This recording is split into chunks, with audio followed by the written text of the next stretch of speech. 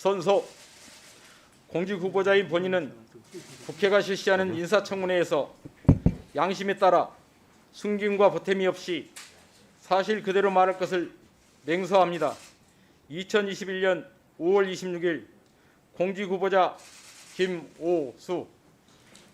존경하는 법제사법위원회 위원님 여러분, 바쁘신 중에도 노고를 아끼지 않으시고 청문회를 준비해 주신 위원님들께 진심으로 감사의 말씀을 드립니다. 위원님들 모시고 이렇게 인사청문회를 갖게 되어 크나큰 영광으로 생각합니다. 다만 제가 검찰총장이라는 무거운 직책을 제대로 수행할 수 있을지 걱정과 두려운 마음도 있습니다. 저는 오늘 인사청문회에 참석하면서 1994년 3월 인천지검 초임검사로 임관했던 시절이 떠올랐습니다. 천방지축 같았던 제가 이 자리에 서게 된 것은 전적으로 상사들과 선배들의 지도와 가르침 덕분이라고 생각합니다.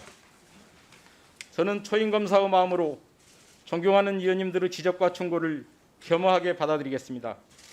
저에게 주시는 지적과 충고를 마음 깊이 새겨서 이번 청문회를 마치고 검찰총장으로 일하게 된다면 검찰 조직을 안정시키고 신뢰받는 공정한 검찰을 만들기 위해 최선을 다하겠습니다.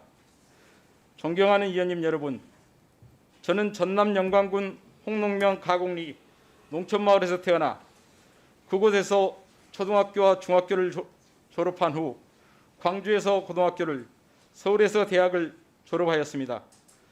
사법시험에 합격하여 사법연수원을 수료한 후 강원도 화천에 있는 전방사단에서 3년간 군법무관으로 복무하였고 1991년 결혼 후 18년 동안 무주택자로 지내다가 2009년 현재 살고 있는 집을 분양받아 10년 넘게 살고 있습니다. 군 복무를 마친 후 24년은 검사로 나머지 1년 10개월은 법무부 차관으로 재직하였습니다.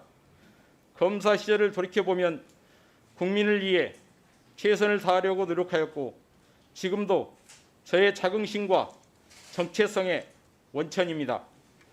평검사로서 안기부장 등이 대선에 관여한 소위 북풍 사건, 검찰의 아픈 과거인 서울지검 피의자 독직폭행 사망 사건 등 수사에 참여하였고 주가조작 사건을 적발해 수사하고 자치단체장에게 제3자 뇌물수수 혐의를 적용하는 선례를 남기기도 하였습니다. 초대 대검 과학수사부장으로 재직하며 디지털 포렌식 수사를 체계화하고 대검 포렌식 센터 운영 규정을 제정하는 등 검찰의 과학수사 기반을 마련하였습니다. 서울 북부지검장 재직 시 경찰 사건이 검찰에 송치되면 문자로 피의자에게 알려주는 송치 사건 접수 피의자 통지 제도를 마련하는 것과 법무연수원장으로서 신임검사 교육과정을 통합하고 법무검찰 교육제도를 체계화시킨 것은 매우 보람있는 일이었습니다. 법무부 차관으로 부임하여 형사사법제도 개혁입법 과정에 참여하고 주민들의 갈등으로 표류하던 거창구치소 이전 문제를 주민투표 존중 등 적극적 중재로 해결하였으며 전자감독 조건부 보석제도를 도입하고 코로나19에 대한 법무부의 신속 대응 체계를 구축하여 감염병 확산 방지를 위해 노력하였습니다. 이후 법무부 차관을 마치고 공직에서 벗어나 8개월 동안 변호사로 일하면서 국민들의 애환을 가까이서 경험하는 소중한 시간도 가질 수 있었습니다. 존경하는 위원님 여러분, 전임 총장께서 임기를 마치셨다면 이미 공직을 퇴임한 제가 훌륭한 후배들을 제쳐두고 이 자리에 서지는 않았을 것입니다. 몇 분 검찰총장들의 선례가 있기는 하지만 그분들에 비해 인품과 능력 모두 부족합니다. 그러나 국민을 위해 어려운 상황에 놓인 검찰 조직을 안정시키고 이제 자리를 잡아가는 새로운 형사사법제도를 안착시키는 일은 누군가는 해야만 합니다. 한비자에 나오는 노마 지지의 늙은 말처럼 오로지 국민을 위하여 일해야만 하는 것이 저의 마지막 소임이라고 생각합니다.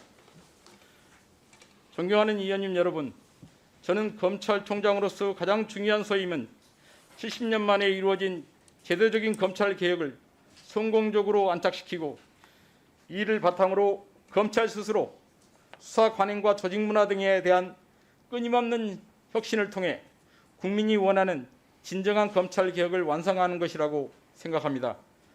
검찰총장 후보자로서 이러한 소임을 다하기 위한 저의 의지와 각오를 간략히 말씀드리겠습니다. 먼저 신뢰받는 검찰을 만들겠습니다.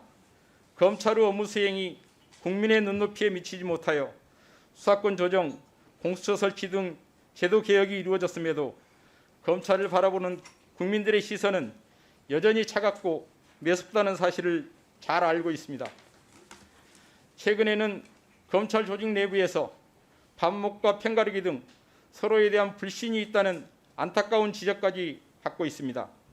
이러한 현실에서 가장 중요한 과제는 신뢰받는 검찰이라고 생각합니다.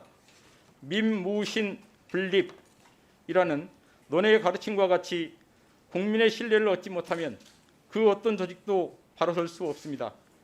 저는 검찰이 국민만을 바라보며 일체의 정치적 고려 없이 법과 원칙에 따라 오로지 진실과 정의를 추구해 나가도록 하겠습니다.